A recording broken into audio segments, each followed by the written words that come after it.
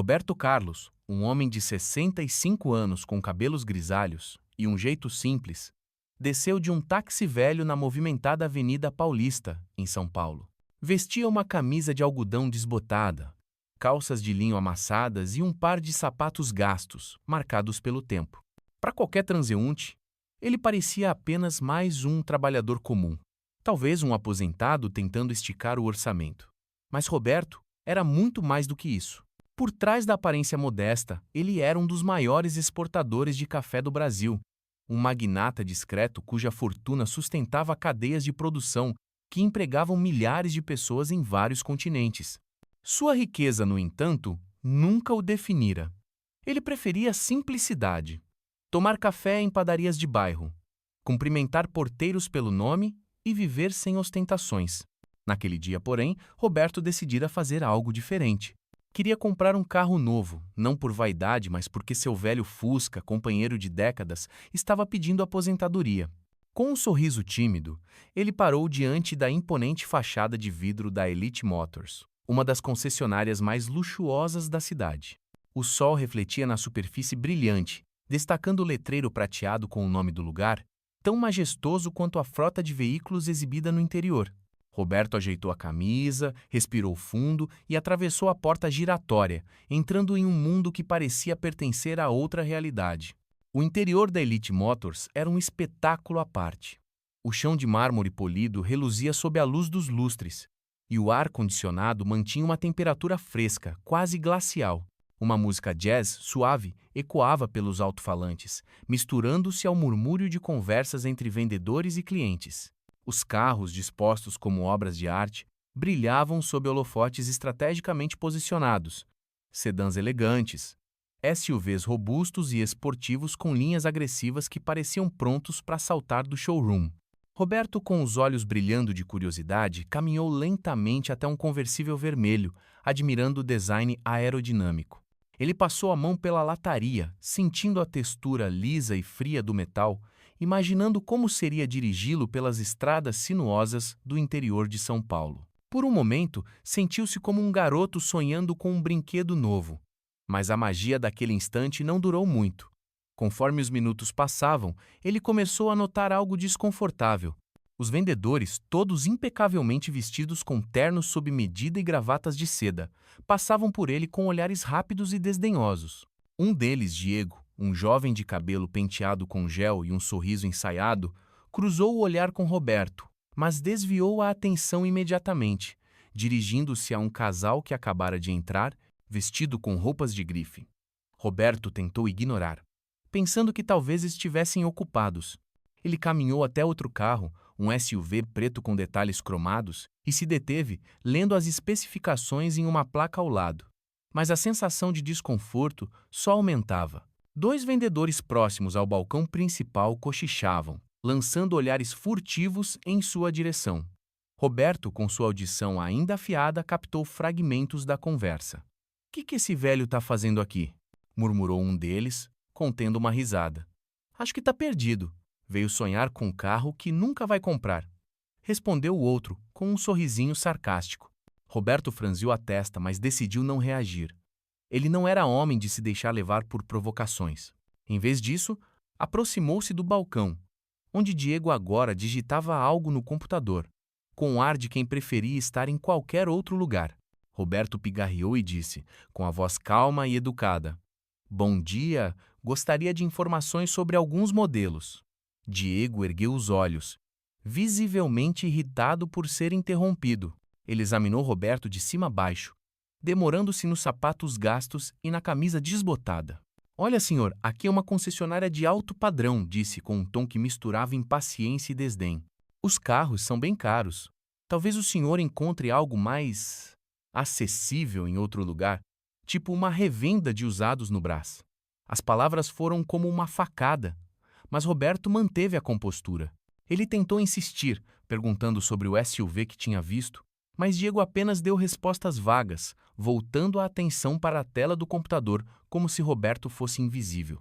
Sentindo o peso do desprezo, Roberto caminhou até outra área do showroom, na esperança de encontrar alguém mais disposto a atendê-lo. Mas a situação só piorava. Um grupo de vendedores agora reunido perto de uma cafeteira, ria abertamente enquanto apontava para ele. Aposto que ele nem sabe o que é um motor híbrido, disse um, alto o suficiente para que Roberto ouvisse. Deve ter entrado achando que isso aqui é uma feira de bairro, completou o outro gargalhando. Roberto apertou os punhos, mas respirou fundo, mantendo o rosto impassível.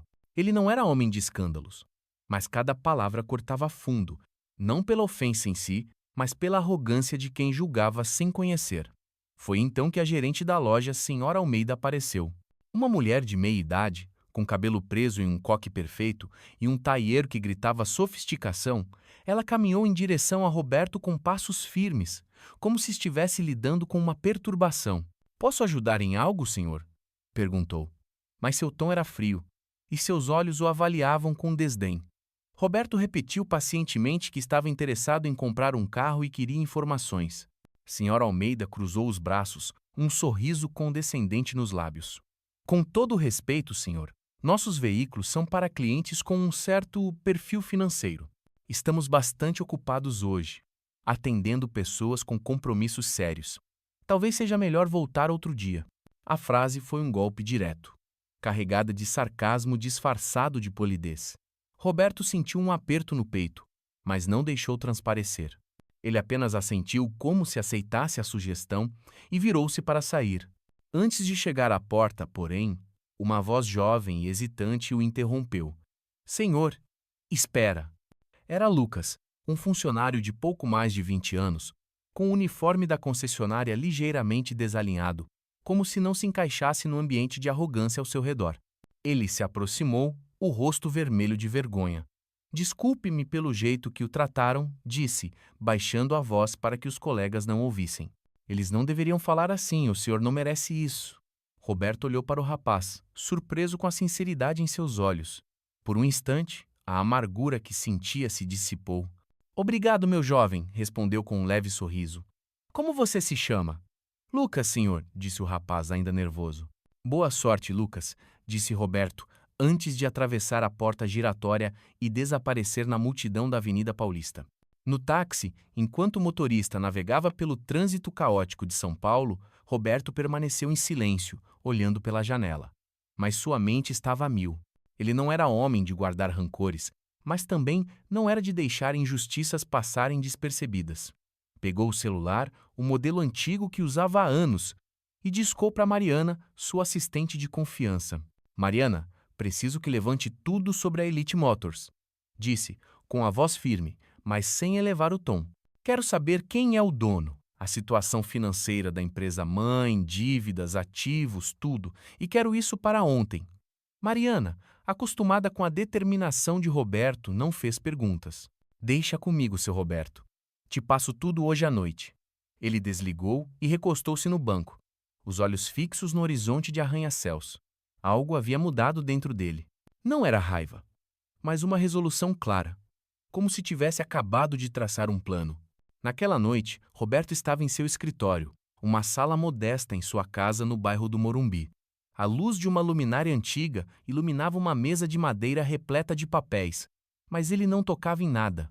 Apenas segurava uma xícara de café preto, o aroma familiar o ajudando a organizar os pensamentos.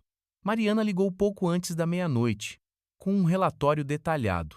A empresa mãe da Elite Motors, a Prestige Group, estava em apuros financeiros. Má gestão e investimentos arriscados haviam deixado o grupo vulnerável, e eles estavam abertos a negociações para vender ativos, incluindo a concessionária. Roberto ouviu atentamente, fazendo anotações mentais. "Ótimo trabalho, Mariana", disse. "Agora conecte-me com o Banco do Brasil e com o Dr. Ferreira, meu advogado. Vamos fazer uma oferta que eles não possam recusar." As horas seguintes foram uma maratona de telefonemas e reuniões virtuais. Roberto, com a calma de quem já fechara negócios milionários, negociou diretamente com os executivos da Prestige Group. Ele apresentou uma proposta agressiva: comprar a Elite Motors por um valor que cobria as dívidas do grupo e ainda oferecia um lucro imediato. Sua rede de contatos no setor financeiro garantiu que o dinheiro estivesse disponível em poucas horas. Os executivos, inicialmente céticos, cederam diante da oferta e da reputação de Roberto como um homem de palavra. Às 3 da manhã, os contratos foram assinados digitalmente. A Elite Motors agora pertencia a Roberto Carlos, o homem que, menos de 24 horas antes, havia sido humilhado em seu próprio showroom. Roberto desligou o computador e caminhou até a varanda, olhando as luzes da cidade. Ele não sentia euforia, apenas uma satisfação tranquila. A compra da concessionária não era sobre vingança, mas sobre justiça. Ele queria ensinar uma lição que aqueles vendedores nunca esqueceriam.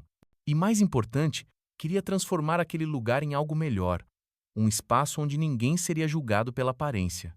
Antes de ir para a cama, ele olhou para os sapatos gastos, ainda sujos da caminhada na Avenida Paulista, e sorriu. Amanhã, pensou, eles vão ver quem eu sou de verdade. O sol mau havia despontado no horizonte de São Paulo quando Roberto Carlos estacionou seu velho Fusca em uma rua lateral, a poucos metros da Elite Motors.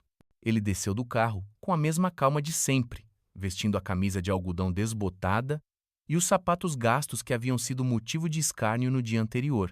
A fachada de vidro da concessionária brilhava sob a luz da manhã, refletindo o movimento da cidade que começava a acordar. Roberto parou por um instante, observando o letreiro prateado com o nome Elite Motors. Algo em seu olhar era diferente. Não era raiva, nem orgulho, mas uma determinação serena, como a de um maestro prestes a reger uma sinfonia.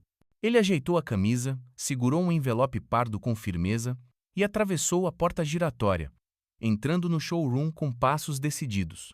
O som de seus sapatos ecoava no chão de mármore, mas ninguém parecia notar. Os vendedores, ocupados com suas rotinas matinais, continuavam alheios ao fato de que o homem que julgavam insignificante agora era o dono de tudo aquilo.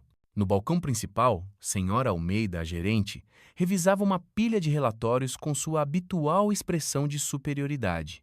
Ela ergueu os olhos ao ver Roberto se aproximar e seu rosto se contorceu em uma mistura de irritação e desdém. Senhor, já dissemos ontem que estamos ocupados, disse ela com um tom cortante, sem se levantar da cadeira. Se insiste em voltar, posso chamar a segurança. Roberto não se abalou. Ele apenas sorriu, um sorriso sutil, que escondia o peso do que estava por vir, e colocou um envelope pardo sobre o balcão. Acho que a senhora vai querer dar uma olhada nisso antes de tomar qualquer atitude, respondeu, com uma voz tão calma que parecia deslocada naquele ambiente tenso. Senhora Almeida franziu a testa, hesitante, mas pegou o envelope. Ao abrir e começar a ler os documentos, sua expressão mudou. O que era impaciência virou confusão, depois choque. Seus olhos percorriam as páginas rapidamente, detendo-se nos selos oficiais, nas assinaturas e no contrato que declarava Roberto Carlos como novo proprietário da Elite Motors. Isso é algum tipo de brincadeira? Gaguejou, a voz tremendo enquanto segurava os papéis com mãos instáveis. Roberto cruzou os braços, mantendo o olhar fixo nela. Não é brincadeira, senhora Almeida. A partir de hoje, eu sou o dono desta concessionária. E temos muito a discutir. A notícia se espalhou como fogo pelo showroom. Roberto pediu que todos os funcionários fossem reunidos imediatamente. E senhora Almeida, ainda atordoada, obedeceu, convocando a equipe com um megafone interno. Os vendedores, alguns ainda rindo entre si, outros visivelmente curiosos, formaram um semicírculo no centro do salão, entre os carros brilhantes. Diego, o vendedor que havia sugerido que Roberto procurasse uma revenda de usados, estava na frente, com um sorriso arrogante, como se esperasse uma explicação trivial. Lucas, o jovem que havia mostrado respeito a Roberto no dia anterior, mantinha-se na retaguarda, com uma expressão nervosa, como se pressentisse algo grande. Quando todos estavam reunidos, Roberto deu um passo à frente, parando sob um dos holofotes que iluminavam um sedã de luxo. O silêncio era tão denso que o menor ruído parecia amplificado. Ele pigarreou e começou a falar, com uma voz clara e firme, mas sem levantar o tom. Ontem eu entrei aqui como cliente, disse, deixando que as palavras ecoassem. Queria comprar um carro, conhecer os modelos, talvez realizar um pequeno sonho. Mas, em vez de me atenderem, vocês me julgaram. Riram de mim. Disseram que eu não pertencia a este lugar. Tudo por causa das minhas roupas e dos meus sapatos. Ele fez uma pausa, deixando que a culpa começasse a se instalar nos rostos de alguns funcionários. Vocês não sabiam quem eu era, e isso não importa. O que importa é que vocês escolheram tratar um ser humano com desrespeito. Os vendedores começaram a trocar olhares inquietos. Diego baixou a cabeça, o sorriso arrogante desaparecendo. Senhora Almeida. Ainda segurando os documentos, parecia querer dizer algo, mas Roberto ergueu a mão silenciando-a. Deixe-me contar uma história, continuou. Há muitos anos, eu era apenas um garoto vendendo café nas feiras de Minas Gerais. Não tinha nada além de um carrinho de mão e um sonho. Mas aprendi uma coisa. O respeito não depende de dinheiro, de roupas ou de status. É o que nos faz humanos. Ele apontou para Diego, que recuou instintivamente. Você, Diego, disse que eu deveria procurar uma revenda de usados. Você riu de mim enquanto eu tentava falar com você. Depois, virou-se para a senhora Almeida. E a senhora, como gerente, não só permitiu isso, mas liderou a arrogância. Disse que seus carros não eram para pessoas como eu. O silêncio no showroom era absoluto. Alguns funcionários começaram a corar, outros desviavam o olhar, incapazes de sustentar o peso das palavras de Roberto. Ele prosseguiu, agora com um tom mais firme. Eu não estou aqui por vingança, mas por justiça. E justiça começa com consequências. Ele olhou para a senhora Almeida. Senhora Almeida, sua liderança falhou. Você incentivou uma cultura de arrogância, e isso acaba agora. A senhora está demitida. A gerente abriu a boca para protestar, mas as palavras não saíram. Seus olhos se arregalaram, e ela apenas balbuciou algo incoerente antes de ser escoltada por 2 seguranças que Roberto havia providenciado. Depois, ele chamou Diego. Você também, Diego. Suas palavras e sua atitude não têm lugar aqui. Está demitido. Diego tentou argumentar dizendo que era apenas uma piada. Mas Roberto o interrompeu. Piadas não humilham pessoas. Você fez uma escolha, agora arque com ela. Um a um, Roberto nomeou outros funcionários que haviam participado da humilhação, dispensando-os com a mesma serenidade implacável. O showroom, antes vibrante, agora parecia um palco de derrota, com os demitidos saindo cabisbaixos, alguns murmurando, outros em silêncio. Mas então, Roberto fez algo inesperado. Ele virou-se para Lucas, que permanecia na retaguarda, quase invisível entre os colegas. Lucas chamou, com um tom mais suave. O jovem deu um passo à frente, visivelmente nervoso, os olhos arregalados como os de um estudante chamado ao palco sem aviso. Você talvez não se lembre, mas eu me lembro de você, disse Roberto. Ontem, enquanto todos me ignoravam ou riam, você foi o único que me tratou com respeito. Você pediu desculpas pelo comportamento dos outros mesmo sem precisar. Esse tipo de caráter é raro. Ele fez uma pausa, deixando que as palavras ressoassem.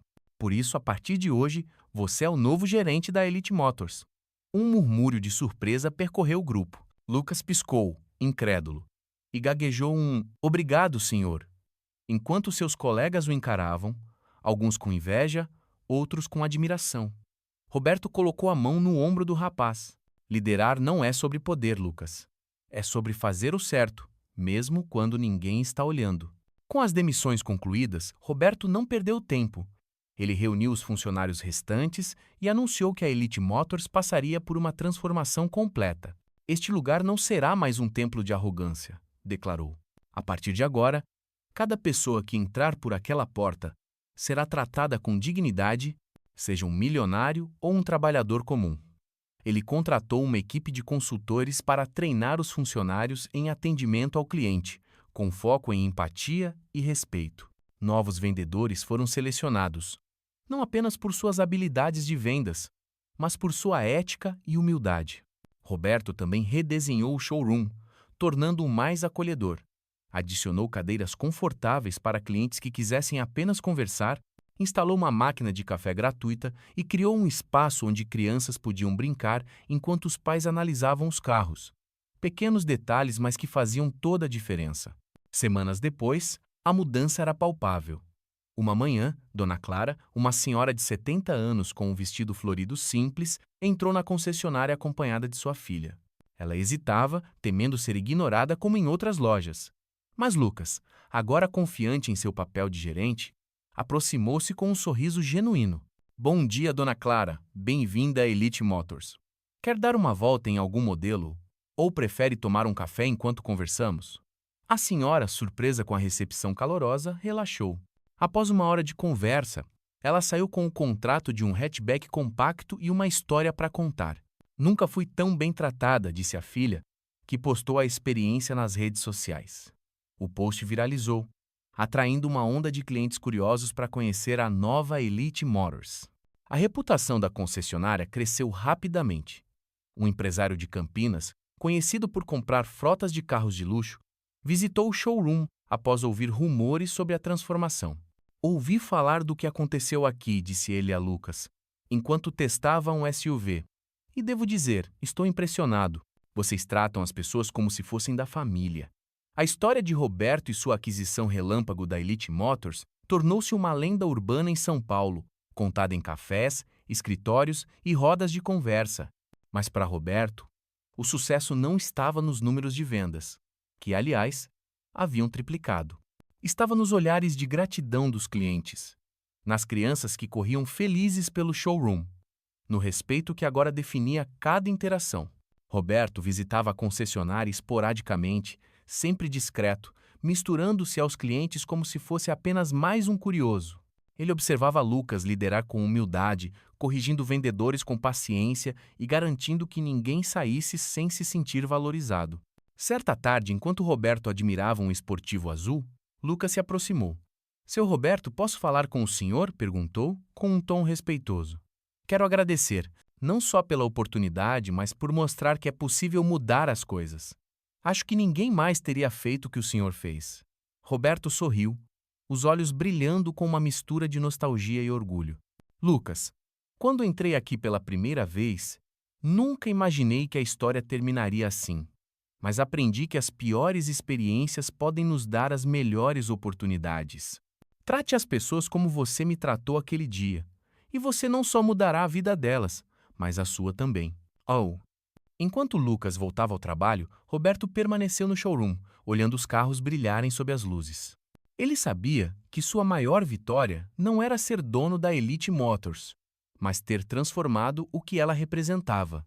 A concessionária, antes um símbolo de elitismo, agora era um lugar onde todos se sentiam bem-vindos. E essa, para Roberto, era a verdadeira lição. O respeito não é negociável, e a aparência nunca conta a história completa.